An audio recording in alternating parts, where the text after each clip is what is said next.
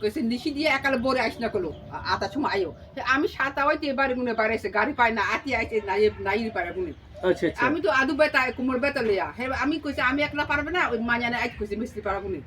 মাñা কইছে আর পোলা বেলে গেছে স্কুলে ওই প্রাইভেট দেখতে হে পোলা আইয়া হেবর মাñা আইয়া পড়ছে না হলে পিজা বানাবে হে একলা তো পারবে না মা তো একালে অফল জি জি তাহলে আপনি এই যে আজকে যদি আমরা যদি আরো 2 দিন আগে বলতাম তাহলে আরো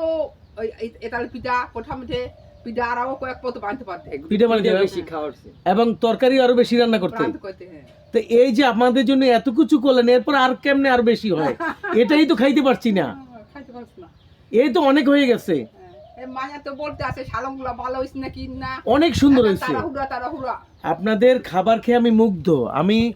আমি অবাক হয়ে গেলাম যে আপনারা এত অল্প সময়ে আমরা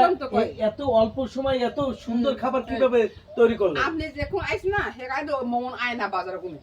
বাজার করতে গেছে আমি আগইতে বলছে হেরে কইছে এই তুমি এত জিগাই কর তোমার সারে কইছে সার কয়েক দিন হইতে আগইতে বলিয়ে রাখো আমি কালকে ঠনসপাড়া গেছি একটা অনুষ্ঠানে আচ্ছা না হলে তো হইতে না আইজ আইজ ভালো হইছে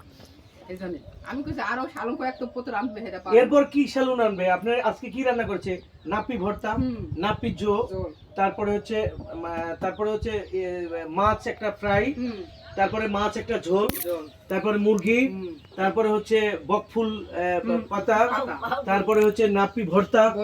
এরপর আর এই সাত পিঠা 2 প্রকার পিঠা এই টোটাল 9 প্রকার খাবার তৈরি করেছি এরপর আরো কি খাওয়াইবে আমাকে